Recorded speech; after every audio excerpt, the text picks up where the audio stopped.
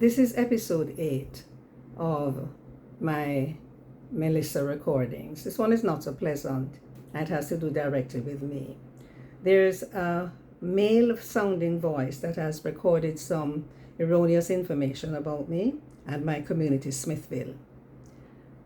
I am fully aware that my community is cut off at both ends. I'm aware to the extent that I had called ODPEM to report it to them, and also I had tried to send them a WhatsApp about it, but it didn't go through. So I sent them an email to Miss Pauline Brown advising her of the community of Smithville in Clarendon that was completely marooned. My name is Faye Ellington. I gave her the names of some elderly people who live in the district, right? I didn't know Miss Varys's full name, but I gave her her name. But there was one lady in particular that I was concerned about, and that's Miss Mabel Edwards. She's over 100 years old, and she lives just below my mother's house. She's known as Aunt Belle.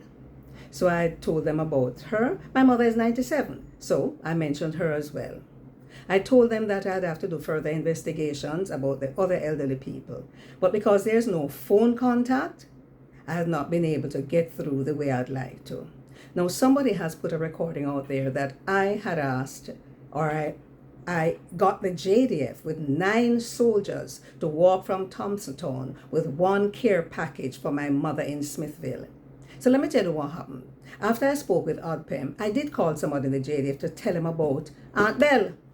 This is a senior citizen over 100 years old who was bedridden. And I said to them, she lives below my mother. I'm not going to say it now, I told them the name of her caregiver.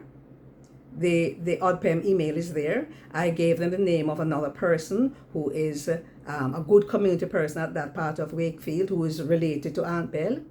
And I also told them the name of my mother's caregiver so that at least if they become mommy's deaf, she's not here, okay? So I told them. So my concern, as I tell you, was with Aunt Belle primary. They asked me what I thought she wanted or needed. And I said, well, I don't know, but water would be good and non-perishables. Unknown to me, but the JDF to form, which is they try to help, they took off and went on their way to Smithville. And they did get there, and they did take things for Aunt Belle, and they also took things for my mother. All right.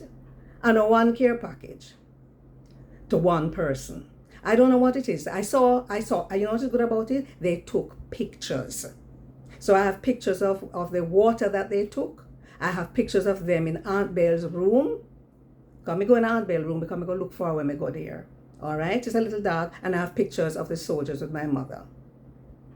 So the gentleman who is disguising his voice and the lady on YouTube who is running the story, perhaps now you have an idea, and maybe before you run off and jump off over the cliff, you should have perhaps called me and asked me, anything could have gone so?